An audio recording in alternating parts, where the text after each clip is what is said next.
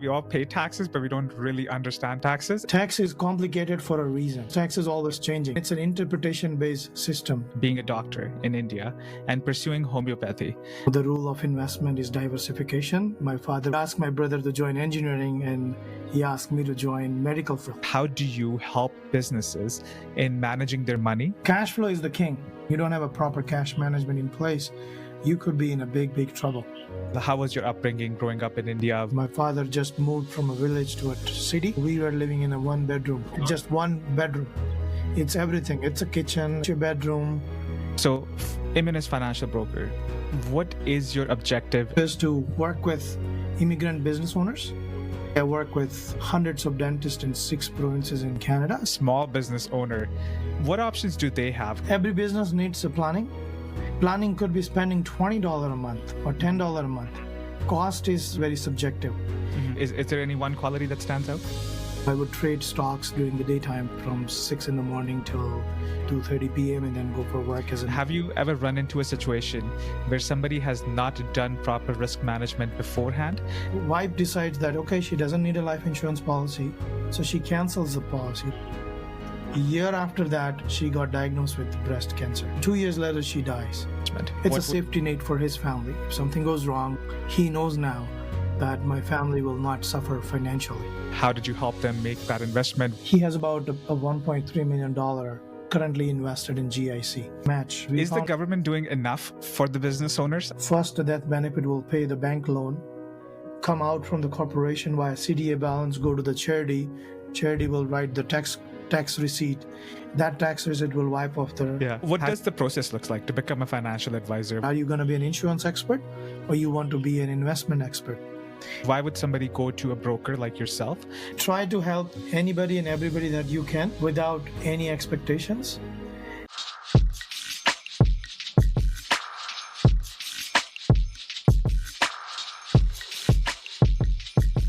Sat Sri Akal, Namaste, hello and welcome to the Truth Tribe Show. I'm your host Ravi Toor, and today we will be discussing everything about running a business, planning for a successful business, navigating different career paths, and how to come out on top with a very special guest from Immunis Financial Brokers, Yogesh Sheta. Yogesh, welcome to the show. Thanks for having me. It's a pleasure to have you. So, who is Yogesh? Yogesh is a man whose life story reads like an adventure novel. Picture this, a dedicated homeopathy doctor in India pivots and then leaps across the world, first to nursing, and then to light up Calgary's financial scene with Immunis Financial Brokers. It's a journey of courage, change, and conviction. Yogesh isn't just any financial guru, he's a visionary. Imagine founding a company that not only speaks finance, but breeds innovation and client care. That's Immunis for you, crafted under Yogesh's keen eye for making the daunting world of finance genuinely accessible to all. Super excited to learn about all that. So Yogesh, why don't we start right from the start? And what I mean by that is your time being a doctor in India and pursuing homeopathy. I want to understand what sort of sparked your interest in that and how was that time that you spent doing your doctor's journey there? I enrolled in a homeopathy college there in India, in Gujarat, because in India, you make decisions very differently. It's a family decision when it comes to making a career decision, right? So my father was very much impressed by a neighbor who was a doctor in the same field, and he was doing very well financially. And just the rule of investment is diversification. My father wanted to diversify it as well. That means he asked my brother to join engineering, and he asked me to join medical field. He wanted to diversify between his two sons. So I enrolled in the medical school. I like the education part of it. It's good. But in India, it's a volume. That means there are so many doctors out there. And I'm not saying it's hard to be successful. You can be successful even if you have a huge competition, as long as you are expert in your own field, right? But it didn't click with me. I didn't want to pursue that further. Like, I finished my studies, became a bachelor in homeopathy, worked as a doctor in emergency, and at the homeopathic clinic for some time. I wanted to find more opportunities, and I started looking outside of India. First choice was Germany, but then language barrier was a huge issue for me and for most of the people, right? Because it's a totally different language. I end up coming in Canada. So it's not, I had a dream that, okay, I want to grow up and I want to go to Canada and then build my career there. I landed in Canada, got an admission in nursing school, Yeah. did my education for 2 years, got my diploma, started working as a nurse. I was following this person, Rakesh Junjunwala, and Warren Buffett. And in 2015, I thought I should start with stock trading. So I was working as a nurse during the daytime, and because of my shift was evening shift, so I would pay focus, or I would trade stocks during the daytime from 6 in the morning till 2:30 p.m. and then go for work as a nurse. I did that for quite some time. But one night, December of 2016, a friend of mine said, "Why don't you look at insurance, just a part time?" I'm like, "Sure, why not?" That was just a part time thought that, okay, I'm going to make some bucks and maybe have a vacation money. But the moment I sold my first policy to a good friend of mine, I realized that I've done two things. One, I've done good thing for my friend. The life insurance brings peace of mind. It's a safety net for his family. If something goes wrong, he knows now that my family will not suffer financially. There's always an emotional gap, but insurance can fill this financial gap. So one thing on the client part, that we are doing something that helps them. But for me, it was also financial motivation where I was able to see an exponential growth there. I'm like, okay, if I can do one, then I can do 100. And if I can do 100, then I can do thousands. That was my goal from that one first day, that I'm going to make this my career. Plan was very simple. The moment I make enough or more amount of income as compared to my nursing income, I would make that switch. I got my license in February of 2017. In December of 2017, I quit everything and I started this company called Immunis Financial. So in the beginning, I was focusing on family market, and don't get me wrong, it's a great market. But I realized that my skills and my knowledge would be appreciated more in a corporate market. So since 2018, we started working with a more and more business owner community. As I'm coming from a health field, I focused on pharmacist market locally. Then I started working with dentistry market, and I found my niche market then. That was internationally graduate or foreign trained dentist. So currently I work with hundreds of dentists in 6 provinces in Canada. So not just Alberta, but BC, Ontario, Nova Scotia, Manitoba, Saskatchewan. Wherever my dentist clients are or wherever I see an opportunity, I would get a license, because we need a provincial license to operate in a province to provide our services. Very interesting. So we'll dive into that. So, Immunis Financial Broker, what is your objective and goal, if you have to sum it up? Our objective is to work with immigrant business owners.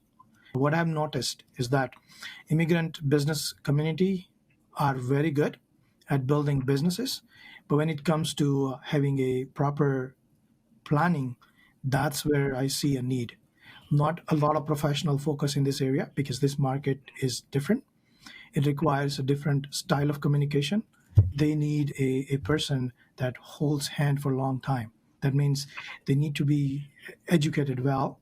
They don't know the potential issues with not having a proper business structure in place. So our job is to focus on 4 areas. First is business structures. Second is business taxation. Third is risk and wealth management. And fourth is estate tax. Any business owner would need help with these 4 areas. Now, they could prioritize this based on their need, but we want to focus on these 4 areas. No matter what client wants, we always try to advise them that, okay, look, if you have a proper structure, tax will be minimized. Now let's take care of the risk and wealth part, which is every business has a risk. Most of the business owner take on the huge debt to run the businesses. So we want to make sure that that debt is covered through some kind of life insurance planning. And all the other planning, which is financial planning, where going to have a safety net in place. Having an emergency fund is important. Having a proper agreements between shareholders is important. Having a proper will is important. Because if you have a really successful business, but you don't have a proper shareholder agreement, you don't have a proper will in place, you still have, or you're still facing a huge problem down the road. Will give a clear direction to the family or an executor what to do. Shareholder agreement will have a clear direction what's going to happen to the shares of the deceased person, how to get out of the business when one of the partner wants to get out, at what valuation, where the money will come from. So we want to talk about all those essential issues. Now, guess what? Being an insurance advisor, I can't offer everything in-house. So that's why I rely on other professionals. That's where I have a team of great other professionals, such as corporate lawyers, corporate accountants. I have really great relationship with personal bankers, investment brokers, other, I would say, lending brokers, such as mortgage brokers or private lenders. Whatever my client needs, I have relationship with those other professionals. So, a couple of quick questions on that, and sorry to interject there. So, you mentioned you have all these relationships. Do you? I guess my question to you is, why would somebody go to a broker like yourself as opposed to going to a big major bank? What is the advantages of going to you as opposed to them? Great question. So the biggest advantage that I can point out here is that it's a personalized service. Yes, the banks could give you a personalized service as well, but that person is an employee. You build a great relationship with the bank. That's great, and you should have a great relationship with bank that you deal with. The problem is that the person that's helping you today. Here you are building a relationship with let's say a banker, and you start this business and you are in a lending arrangement with the bank, or you're planning an investment with the banks. Now what's going to happen 3 months, 6 months, 8 months later, when you call that bank again, that person may not be there. Other thing is that I'm also a business owner. I know what I'm doing here. I'm not just building a business, I'm building a legacy for my family. That means we want to create this long-lasting relationship with our clients. So you work with a lot of business owners, especially immigrant business owners. In your understanding of it, what sort of challenges do these business owners face? So what kind of gaps is there? Maybe that's in their education, maybe that's in their just understanding of the system. What do you notice are the top couple of things that you see with the clients that you work with? So the biggest thing that I see with business owners that I work with is lack of time, because they are so busy with their businesses. They are busy building that business and they forget planning for it. That means they don't have a proper agreement, they don't have a will, they don't have a proper financial plan in place, they don't think about in way long in future. That means retirement planning. They don't have any estate planning in place. So our job is, when we say we work with other professionals, essentially, yes, we're bringing a lot of expertise on the table, but at the end of the day, I'm also doing one more thing, which is reducing the time. Because if my client has to go and find these different professionals, number one, they have to spend a lot of time on doing that research. When they come to me, basically that time is saved. And you know what? When time is saved, the money is saved, right? That's biggest advantage that business owner would have when they work with us. And every professional is licensed and liable for their own activity. Every professional, they have their own businesses, so they want to do more than expected of. And that's what it differentiates from us from the banks. An advisor working at a bank are limited, or they have a script that they need to follow. They cannot talk anything outside of the box. And we are here known for thinking outside of the box. I can bring in, or I can talk to any other professionals and see if that professional can add any business value or any strategies that banks don't have. So let's dive right into it since you've said that. So there's a lot of things that you do. And what I'm aiming to do is just break those down. So basically, we'll look at every aspect of the service that you offer to business owners. And then my goal is to simplify it from a business owner's perspective as to what value they get out of that particular segment, right? So the first I have, and I think this is mandatory for every business, is managing their cash flow. So managing their cash flow, making good investments. So my question to you is, how do you help businesses in managing their money, making sure that their cash flow is smooth? Right. Cash flow is the king, I would say, when you're running a business, correct? So if you want to see the business survival, you want to look at the balance sheet. As long as they have a good balance sheet, you'll see that this business is thriving and it's going to grow, and it's going to get better and better over the years, because balance sheet tells us a lot. So that's why I collaborate with accountants. We want to make sure that the books are clear, books are very well, I would say, maintained. We always talk about having an emergency fund. Same thing with the business owner side. You should always have some kind of emergency fund. If something goes wrong, for example, in COVID time, when COVID happened, all the bank, they froze their credits. So no business owners were getting any loan out there. Now, if your business that requires cash and you don't have a proper cash management in place, you could be in a big trouble, because without cash, employees going to go away. They need money too, because they have to feed their family. So cash is the king. I totally agree with you on that. So, how do you, and I guess this is a follow up to that, how do you help businesses decide where to invest their money on? How do you assess that? How do you make it's a good decision or not a good decision? So my strategy is a little bit different. Generally, when you go to an investment advisor, he will say, Mr. Client, this is an investment, this is the growth rate, this is the risk, and this is how it's going to grow into for so many years down the line. Do you want to invest? We don't do that. I want to always understand the client first. That means a business owner first, where he's coming from, what he has done till now, what does he like in terms of asset classes, what kind of risk he can take, what kind of knowledge level he has, and where actually they want to go. Finding the right product is important, and then go about investing into assets. Many a time, they have a good accountant. That accountant does not have a time to sit down with a client and explain what are the tax consequences when you invest or sell those assets, right? So we take that part. I would try to educate the client that this is a tax treatment, this is the growth rate, and this is the net effect after the tax. Do you want to invest? Can you give me an example of that? Somebody that you worked with, how did you help them make that investment? What was it and how that helped them? So let's talk about a client. I had a dentist client, and he had about a $1.3 million invested in GIC. During the discovery process, we found out that the GIC does not match with his investment objectives. And furthermore, he wasn't even aware that GIC would have a passive income impact. So this client was in Ontario, and the passive income tax is like 50%. Right now, in the current interest rate environment, it looks like, okay, 5% on $1 million, for example, great. You're going to get $50,000 in passive income. Guess what? Half of that will be tax.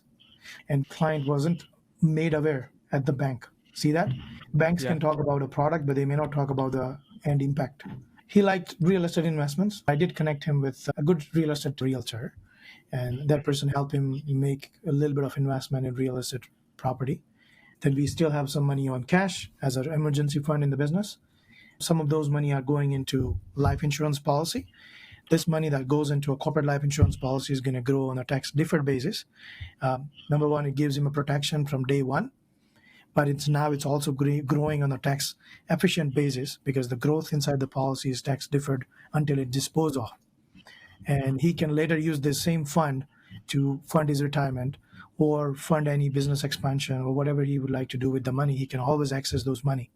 We call it a unlimited TFSA account for the business. So when you have money invested into a cash value life insurance policy, you can use it for the business. You mentioned the corporate structure, and I think that's like the first part of setting up a business, right? So Right. what do you mean when you say corporate structure? What are different kind of structures one can set, and how does it benefit them?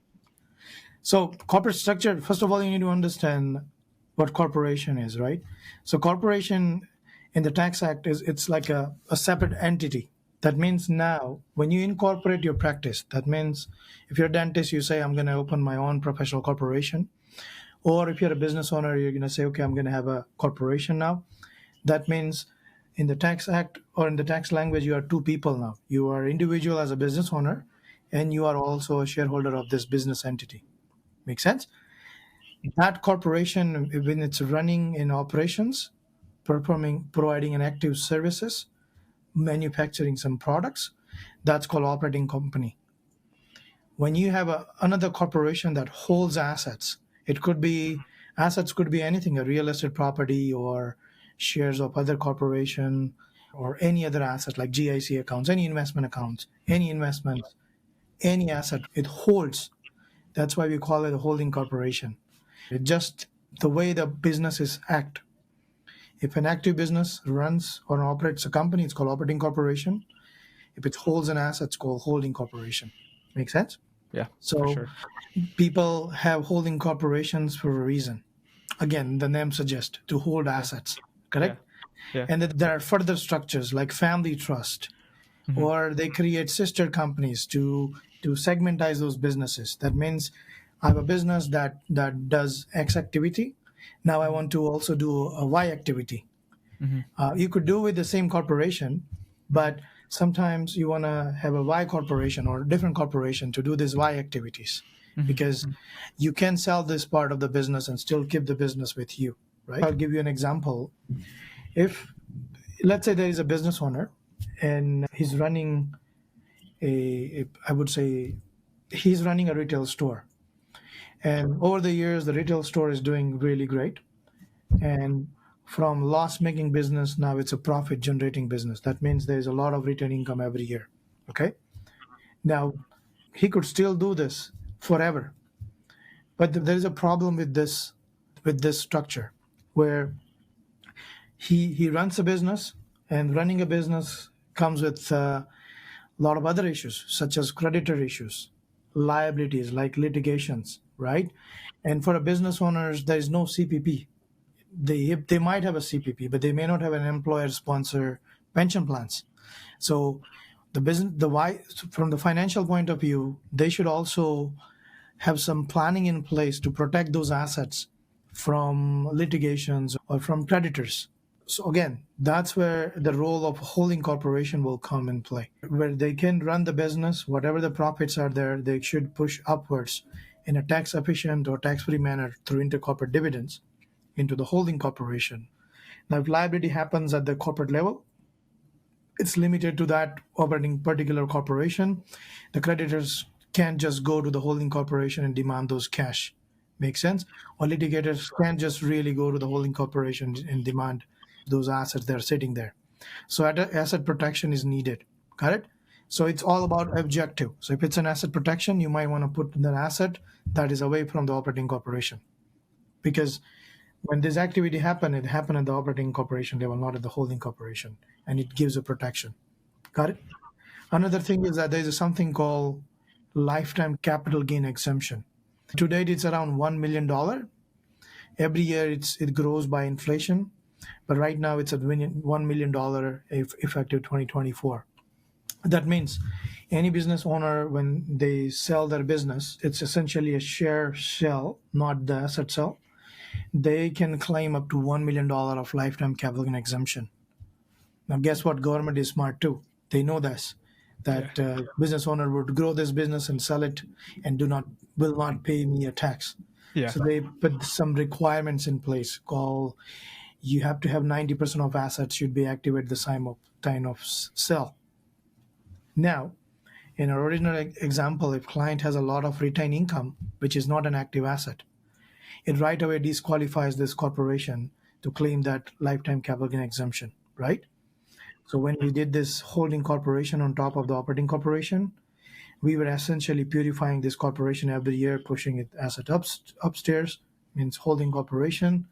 Whenever the sale happens, the business owners can claim that lifetime capital gain exemption on the portion of the shares that he owns personally. So again, there's a lot of moving parts here. It's a strategic planning. It's not just creating a holding corporations and you're done. No, you have to really think this through and divide the share ownership accordingly, because we want to purify the corporation. At the same time, we want to claim this lifetime capital gain exemption.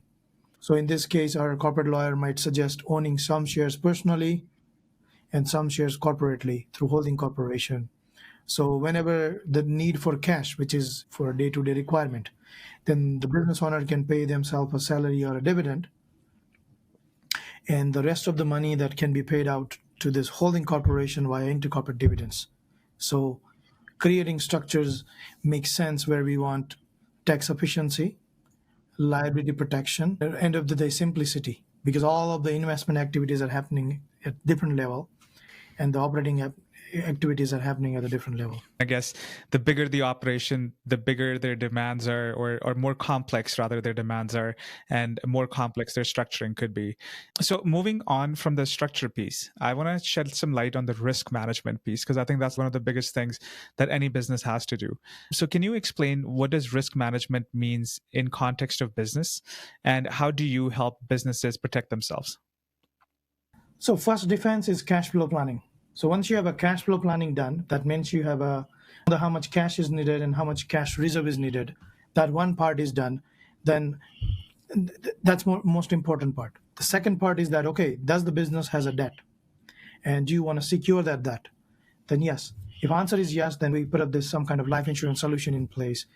If something goes wrong, in this case, aka that happens, the life insurance policy will pay these proceeds to the corporation, and corporation will pay off the debt. So that's one risk. Second risk is that it's called estate tax. Basically, if the business owner dies and he transfers this business upon death to the next generation, there is again a tax risk. Basically, business is there, but there is no cash in place.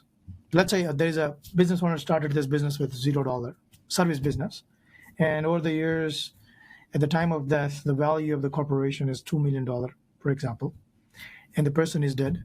The money is in the assets, so there is no cash available in the bank, but the business is valued at $2 million. Okay. At the time of death, the $2 million is subject to estate tax. Mm-hmm. So $2 million, there's a lot more thing that can be added to the estate tax calculation, but just from this one asset point of view, $2 million is the capital gain, $1 million is a taxable capital gain, and $500,000, let's say average tax is 50%. So around $500,000 is tax due at the time of death. Before that, transfer happens to the next generation. So we call it probate system, and before it clears out. So there's a need for $500,000 cash. Guess what? There's no cash in the bank. Executor has nothing, or he has no cash to pay in terms of estate tax. So what that person is going to do, the executor, in a non-planning environment, executor will first sell those assets. And we have more issues with the selling the asset. What is the market situation? What is the cost of selling? Make sense? And does those beneficiaries are happy with that decision? Because executor's job is to pay the estate tax as well. That's his fiduciary duty, his or her fiduciary duty, to clear the probate first and then transfer those assets over, right? So sometimes, yes, there was a $500,000 tax due, but then a estate could lose up to $1 million in assets. In a non-planning environment, you could end up losing a lot more assets than in a planning environment. I also specialize in strategic philanthropy. So we also specialize in designing charitable giving or gifting for donors and charities. And what do I mean by that? Let's just put it this way. There are three beneficiaries: child, charity, and CRA. There are three beneficiaries of your estate. You have to pick two. You cannot pick one because there's always a tax on the death, number one. You can give it to charity, by the way, but then your children may not like it.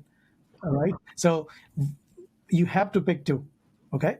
What do you do?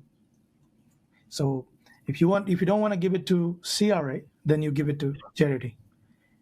Now I'll give you an example in the same case where a $500,000 was tax due at the time of death. What if an estate makes $1 million donation at the time of death? That $1 million donation will go to a charity. That tax receipts will wipe off this $500,000 tax due on death. And that $1 million will come from the insurance policy, which was acquired pennies on the dollar. Make sense? So your cost of donation is way, way lower. You got the money to pay the estate tax. In this case, you pay to the charity, not to the CRA. Beneficiary is happy because they got the entire estate without losing anything into taxes. Charity is happy because they got $1 million from this generous donor. Donor is happy because before his death, he knew that he's going to leave $1 million behind for the charity that he likes. Now, if you say one step further, that means you don't want to even pay for insurance. Then there are sophisticated leveraging strategies available. We call it IFA, which is immediate financing arrangements, where you acquired a life insurance policy and whatever the gap you have in the balance sheet, because you want to invest back in the business, correct? So what you're going to do, you're going to go to the bank and fill that gap with the leverage money. So your balance book is still same after acquiring the life insurance policy, because you borrow that money to back in the business and invest wherever you wanted to invest. So you're getting a tax efficiency there because you have a cost of borrowing and some portion of the insurance as a deduction against your business investment income. At the same time, in the chronological fashion, when the death happens, first the death benefit will pay the bank loan, then it will come out from the corporation via CDA balance, go to the charity. Charity will write the tax receipt. That tax receipt will wipe off the tax that is due on death. So every strategy is different, every person is different, every business is different. As a financial advisor, our job is to find a balance or match with everything to each other. Well, I love your explanation of the risk management and how insurances come into play and how they can benefit the business. I guess two questions I have on that, and this is just out of curiosity. One is, have you ever run into a situation where somebody has not done proper risk management beforehand, and now they're in a position where they've had, let's say, an unfortunate death or something has happened, and now they want you to fix the situation or give them solutions? Does that happen? And if yes, are there solutions for that at that point? So I know a situation, yes, but did my client got a chance to improve that situation? No, because once the death happens, that opportunity is gone. So I'll give you a real example. A couple bought a life insurance policy, not from me. It was sold by some other advisor, and the policy was it was correct policy. There was nothing wrong with the policy. But what happens a year later? Wife decides that okay, she doesn't need a life insurance policy, so she cancels the policy. It was simple term insurance policy. It wasn't a costly decision that she made a financial decision to cancel it. It was a very cheaper solution put in the place to cover the mortgage. A year after that, she got diagnosed with breast cancer, and and then 2 years later she dies. At the same time, COVID happened during the death. The husband was running a retail business, and because of COVID, he had to shut down that business. So there was no cash. Mortgage payments were due. The person died.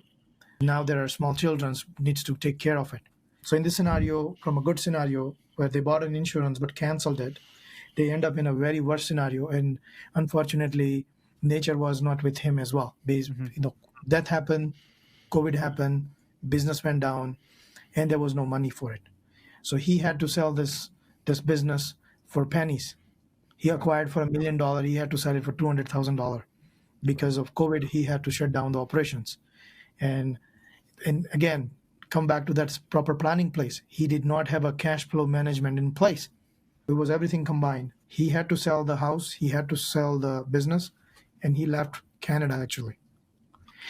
Nobody can stop the death. If it's going to come, it's going to come. But the financial backup that person would have gotten could have helped him to survive, stay put while the COVID was doing its job. So life insurance could have paid for the debt or could have provided for the huge amount of cash, which they could have helped use that to survive the business and pay the mortgage payments. Right? Yeah, yeah. So, classical example.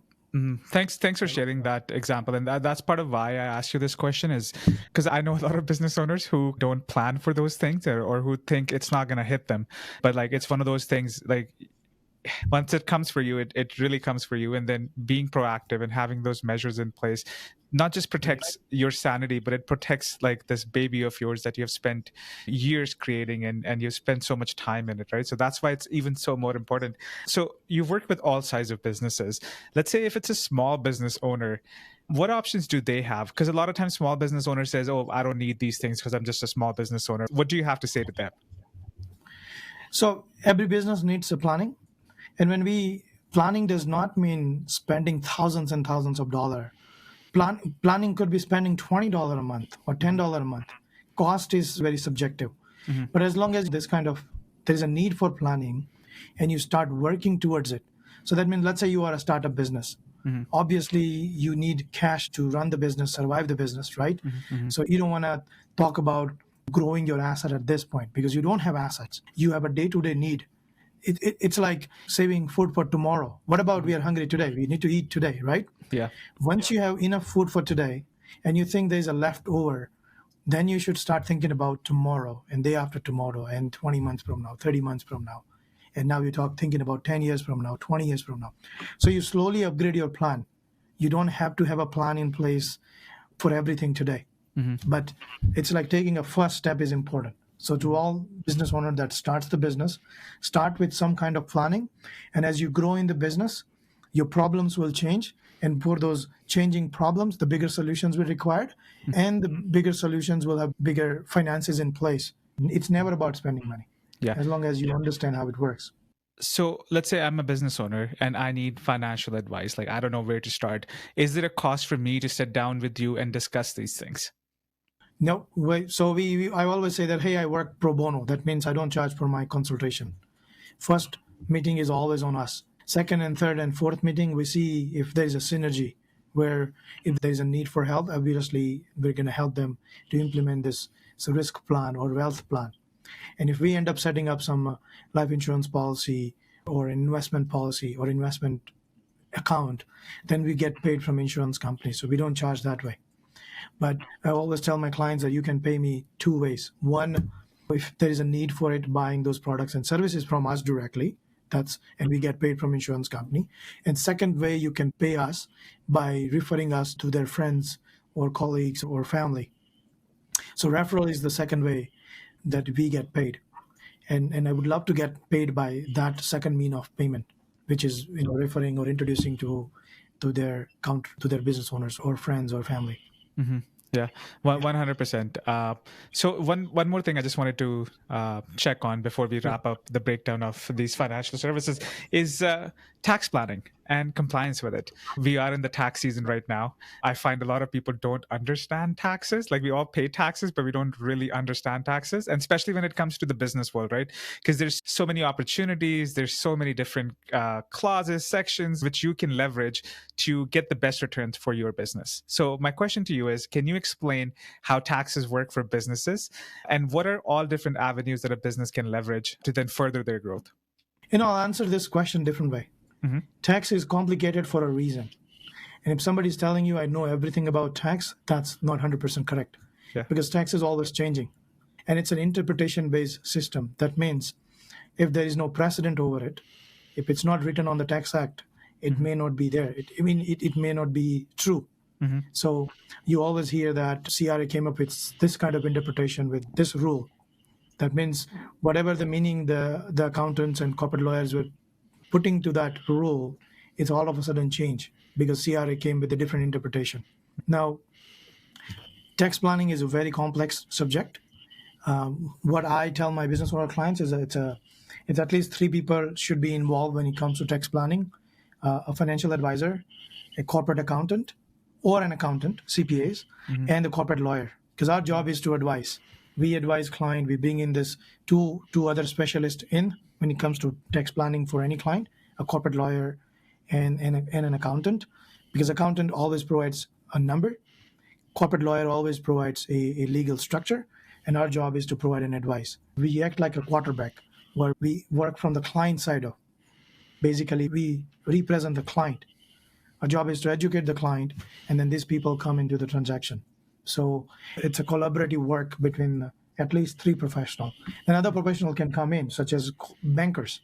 If my client is getting into some kind of leveraging strategy or getting a leverage, then an accountant might want to give some advice on the accounting side of it. That, okay, these are the deductions, this is where the money will come from. And I would advise on the financial part of it, which is basically talking about what that leverage is going to do for him, and why should he or why should he not doing it? Because I know the client more at a personal level, mm-hmm. and the corporate lawyer might say, okay, we need this agreement in place or this structure in place so that you're protected if something goes wrong in that particular arrangement. Mm-hmm. So it's a 3-way, it's a collaborative work between professionals. My understanding is, from what you've said, taxes. And my sister is actually a CPA, and she runs her firm. So I know what goes on in the tax scene, right, especially dealing with the businesses. So yeah, as you rightly said, right? Like, it's not just one person's job. You need people from the business. You need all these other people to get like the best advice. And it's just not like one solution fits all. It's just like you have to creatively see what fits their goals and objectives as you go on into the year. Let's shift gears. And with shifting gears, we're going to shift the language as well. Immigrants. You've worked with a lot of immigrants, business owners. Kya unique challenges in business owners? Business owner, in the beginning, I just started a business. Mm-hmm. I have a huge loan that I need to pay off. Mm-hmm. I need to hire more employees. I need to buy more inventories. I need to sell more services and products. And in the beginning phase, the problem is all about sustain the business and grow the business. Mm-hmm. That means you are in a no money problem or less money problem. Mm-hmm. जब आगे जाके वो business when grow होता है, then the business owner still have problem. Mm-hmm. So it's now maybe more money problem. That means, I'm making more money than I need, business-wise and personally.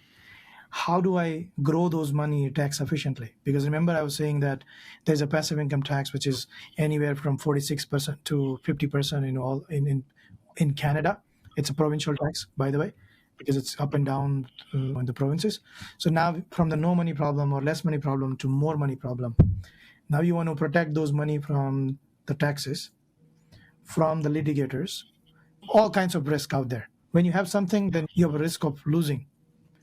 And when you have nothing, then you have a risk of having nothing. Basically, you need to survive, right?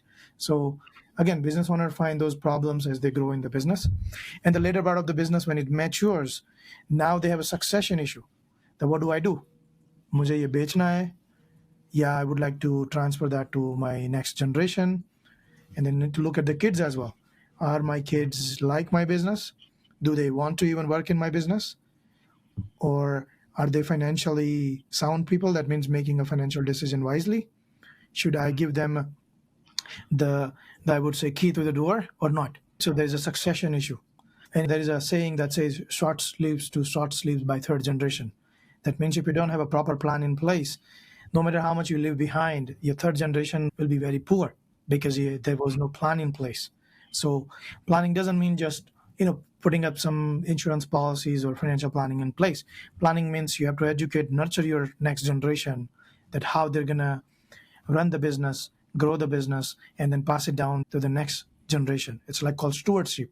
Their job is to whatever they got from their parents and grandparents and pass it either by keeping it same or by growing in value to the next generation. And the next generation should be taught the similar values to do the same with the further generation.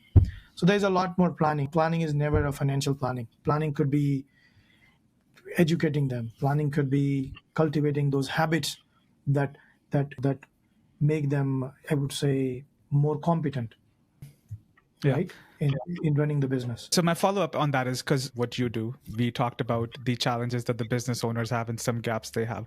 Let's talk about the government. You work with business owners, everything that the government does. Is the government doing enough for the business owners? I guess that's part A. And then part B is, if they're not, then what can they do and why? Right. In Canada, when a business makes $500,000 or less income, revenue, then they pay 11% tax. And when business starts making more than $500,000 in revenue, they pay 23% tax. We're talking about Alberta tax brackets. We call it small business deduction. That means government says, okay, you are a small business, you're making less than $500,000. We're going to give you a deduction. Hence, your tax bracket is not 23%, but it's 11%. It's a deduction that's given to you so that you can keep more money in the business and then business can grow. Government is doing their part. Government is helping by providing grants. There used to be a grant called CDEP, Canada Digital Adoption Program, right? Where business owners were getting grants to digitalize their business. There's another grant called SHRED, which is Scientific to Research and Development grants, which is up to, I think, $3 million, where if business is involved in some kind of scientific research or development activity, they could apply for this grant. They could get up to $3 million. And there's a lot of grants for employees, students. You want to hire some student employee, there is a grant for it. LMIA program are also for business owners because there is no labor in the Canadian market. Now, don't get me wrong. There are business owners that utilize it wrongly too, right? So 100%. Again, if I can give you a tool, it's up to you how you want to use it. True. So there is never enough.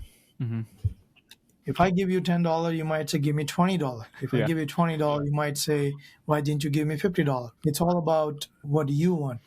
End of the day as a business. I think you definitely hit the nail on the head because there's are these programs and there are these grants and the government is doing, they're doing their stuff. Can they do more? As you said, always. There's always more that you can do. You can always give more money, more grants and whatnot. The LMIA, that's a different beast on its own. And everybody living in Canada, especially in our community, we know how they're being exploited. We'll leave it for some other day. In terms of your career, in terms of what you do, would you first recommend it to other people out there to get into this industry, learn about this industry? Yes, definitely. This industry, as per my opinion, is the best industry that you can be in. By the way, I don't recruit anybody. We don't have a recruitment agency here, but I'm just giving you an honest advice. If you are the person that likes to get best in life, I think you should be in the insurance industry.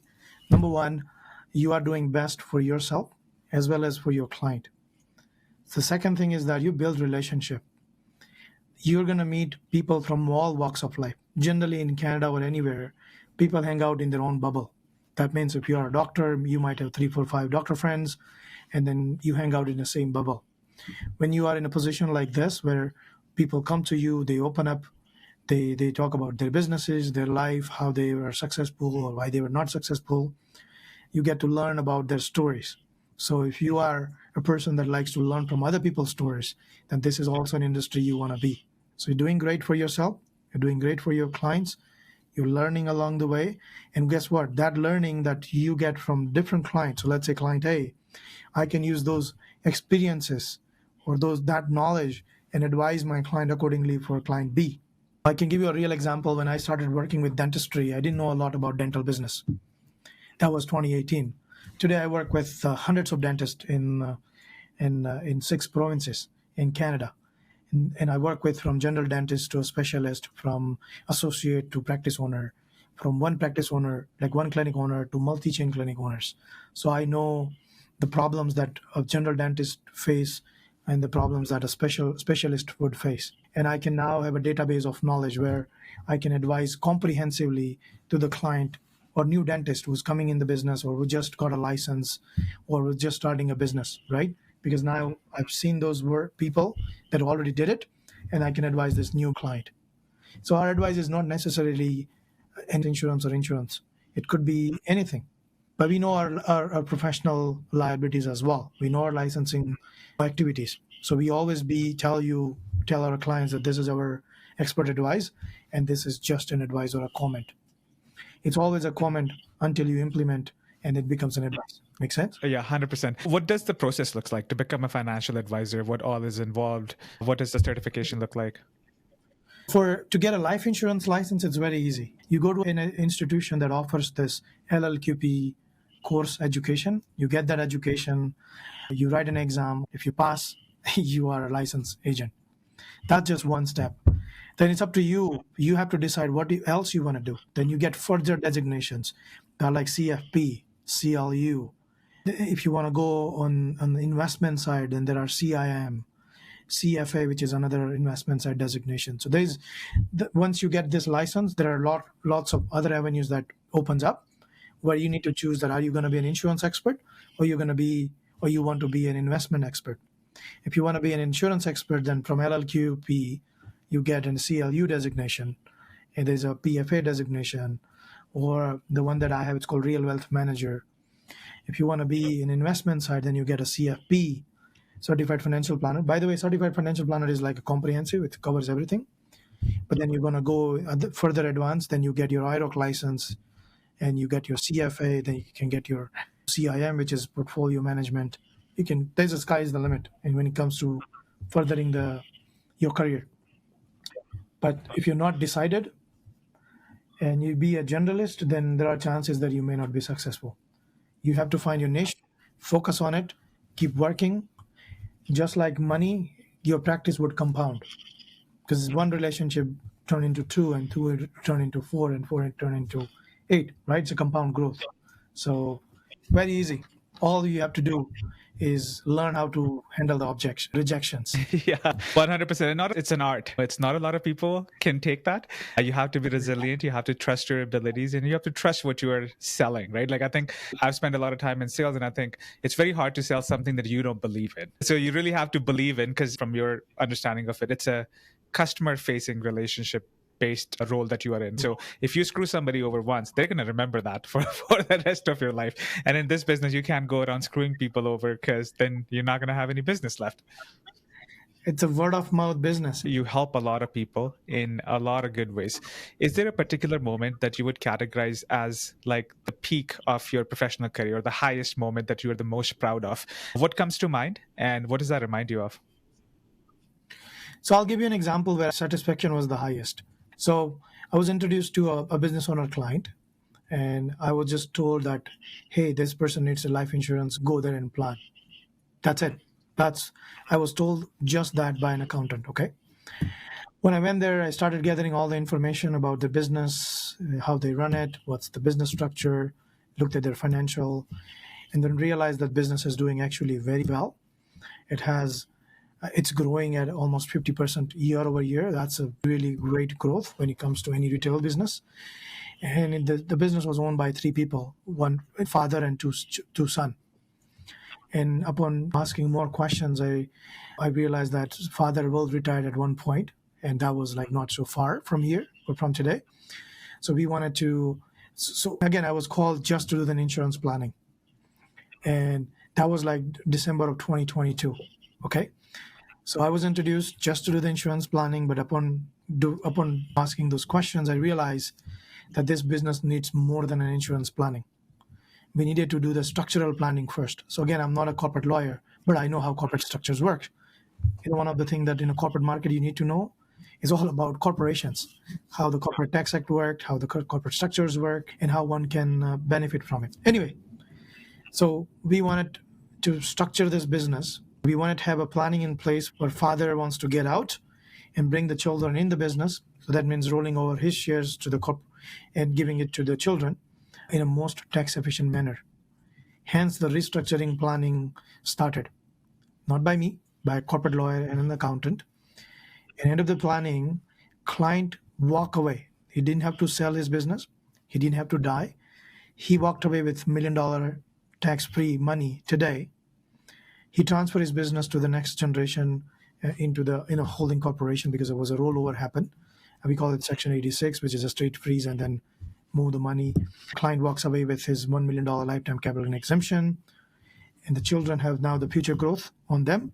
And there's an insurance in place for the tax component of it. So let's assume the $6 million was the business, $2 million was the share of this father. We gave him $1 million right away. The $1 million that is due, which is going to be taken care of by the insurance planning. So insurance planning was done in 2024. The restructuring took us more than a year. Again, I take pride here because I could have just sold the policy and off to the next client, but that's not how we roll.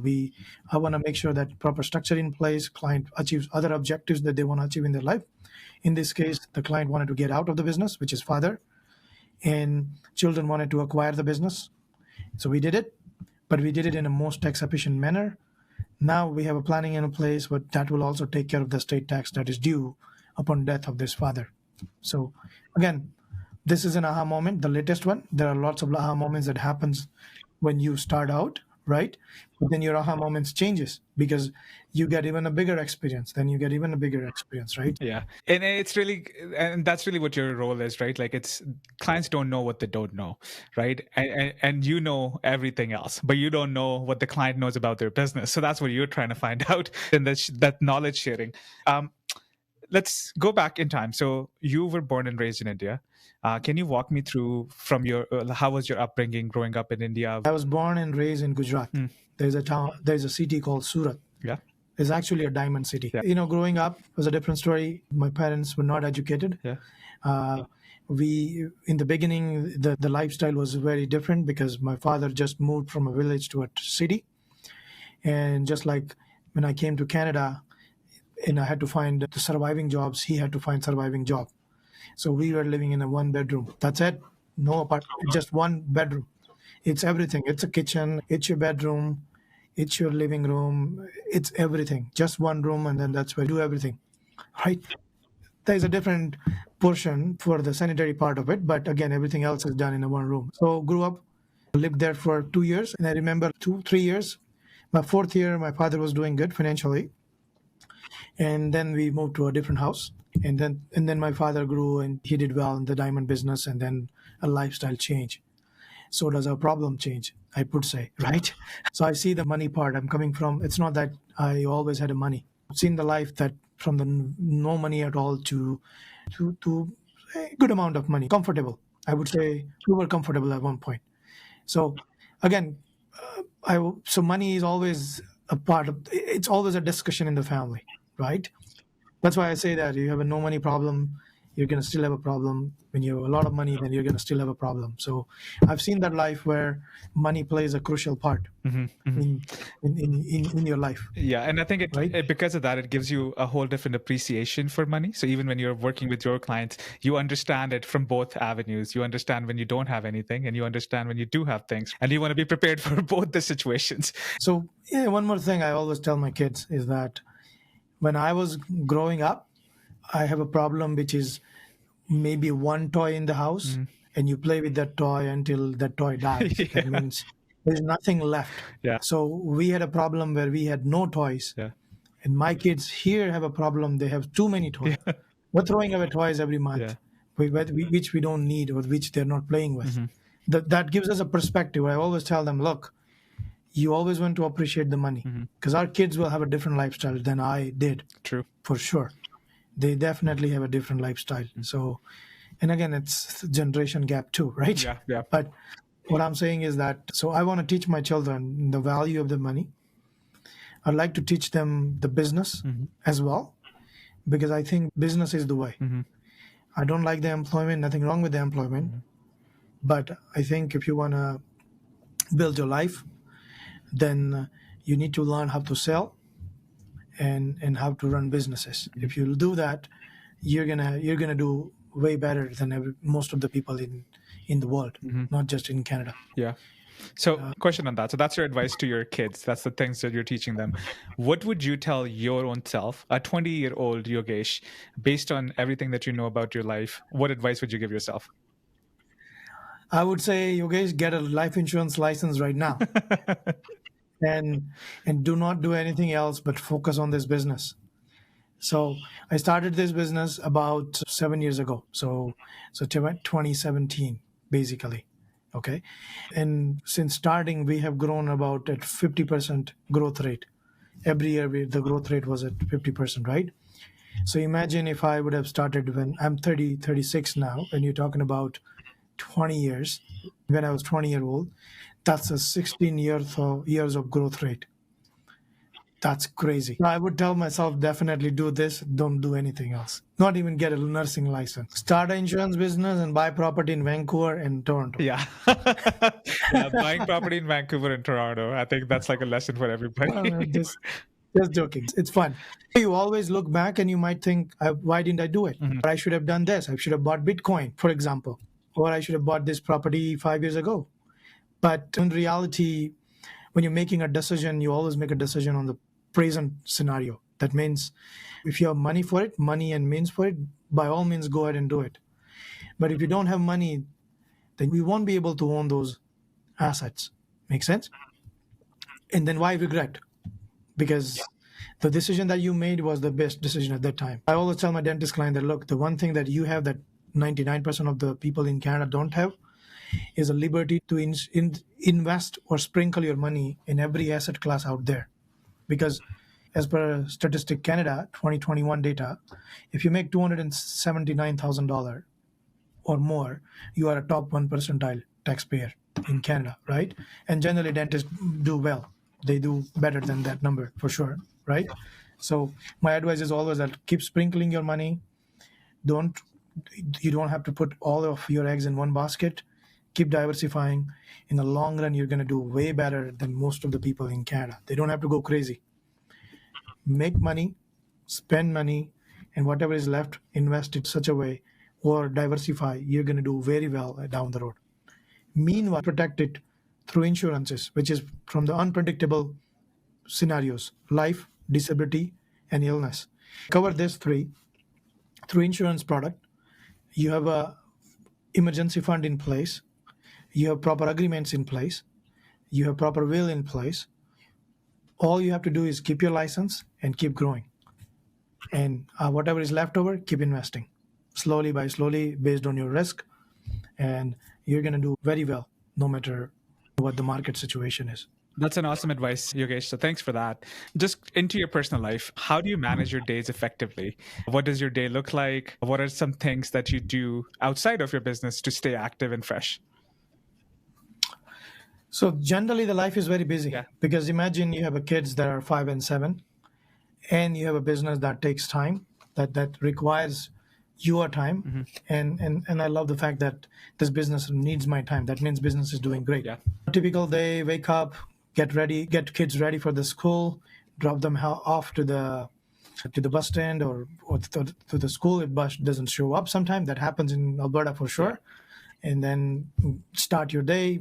You should be doing exercise. I'm not going to say here that I do exercise every day. I think about doing an exercise every day, but you should be doing a little bit of exercise every day. And then start your day, come to office, work for about 7-8 hours. I have a flexibility of working so many hours. Okay. Whatever I want to do, I can just work for a few hours and leave. Yeah. But I love this job. I love this work so much that I sometimes get bored over the weekends. What do I do now? And then do some reading. Reading is the most important part of our life. I like to read books that are motivational, self-help books. I like to books that are in our industry. Also studying for designation. Okay. So I'm working for CFP right now. During the weekend, I also do one thing that I love it, which is playing volleyball. Oh, so nice. we play volleyball weekly. We have a group of friends. Those friends are my clients too, and those clients are my friends. It's interchangeable. Either they were friends first and become client, and client becomes friend. So you mentioned reading. I love to read quite a bit. What books would you recommend for myself and for our listeners, and why? So if you are in sales, then you should read, or you must read, a classic from Dale Carnegie, which is How to Influence Friends and Influence People. Yeah. So that's the one classic, I think, that has helped me to have a growth mindset. It's all about what do you think. And once you have a proper mindset, you're going to do better. And obviously, you have to do work hard as well, okay? Mindset is not important, but you have to work on it. So that's that. If you want to get a general idea about world, then I would ask you to read books from an historian who's still alive. His name is Yuval Noah Harari. Sorry. Yeah. I love him. And he wrote 3 masterpieces, right? Yeah. You know about him? Sapiens. That's the one I'm reading right now. Yeah. So Sapiens is a great book. Yeah. The second book he wrote is Homo Deus.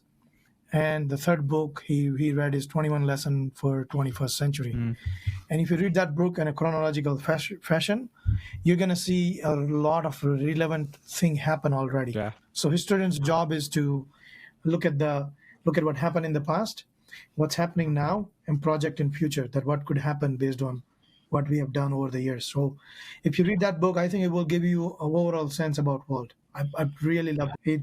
He talk about this AI, he talks about this Homo Deus. In the book Homo Deus, he talks about man becoming like a god. That means, so he has a story behind it. He says, look, in 1920s, 1930s, the life expectancy was around 20 years or 30 years. There's a lot of things. The famine was happening, lots of pandemics were happening, wars were happening, and people's life expectancy was like very less. Now we're living around 86 years on an average. So our life expectancy has quadrupled in less than 100 years, okay? Now we can, I would say, he's saying that now we can synthesize or edit our genes. We can create organs in the lab. We have artificial meat, right? And soon you will be able to create humans entirely through technology and AI, right? It's happening now. If you can generate a kidney, an ear, a nose piece, right? So why not entire human body? So he's saying that now the man is doing activities like a god. We used to say that God can do this and that, right? Miraculous thing. And then the combination of Homo sapiens and Homo Deus is like, now what do we do about in 21st century? Because AI is taking over. There is a huge number of people that's not going to contribute anything in the community, right? And that will create a gap between a class that is so-called useless class because it's not contributing at all, and a class that has a huge influence over everything else. True. Makes sense? Yeah. So from a lot of have to a lot of not have at all. Yeah. So again, that book is really eye-opening. And that also helps you with your clients, basically, because now you have some ideas where the world is going, what could happen. Now, again, I'm not predicting anything, but you can keep that in mind and give a holistic advice when you're talking to your clients, right? So I think that book will really help you. Then about money books, right? The Intelligent Investors and Psychology of Money by Morgan Housel. There's a lot of books written on money. So I read self-help, money books, I read a little bit books from historians as well, like I'm talking about those 3 books, Yeah. right? So, Yeah. and I'm an audible guy, so I listen to books all the time, and I'm commuting to and from work. Uh-huh. Yeah, that's lovely. Thanks for sharing that. I love all those recommendations. I have come across a few of them already.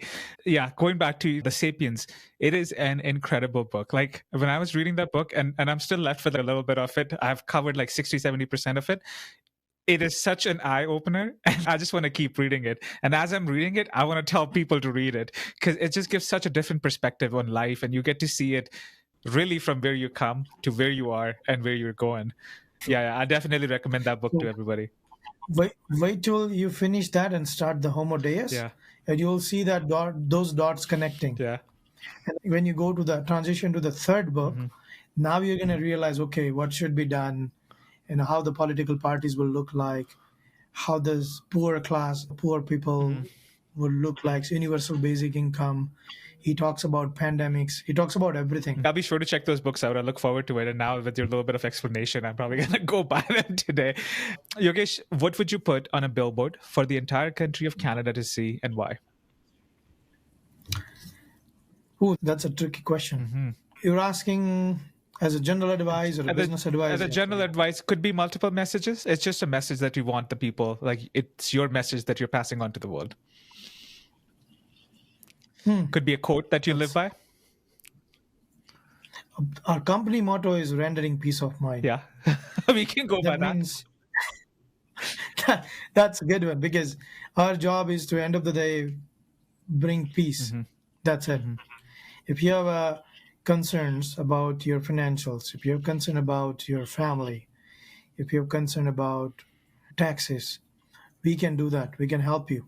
And our end goal is to render peace of mind.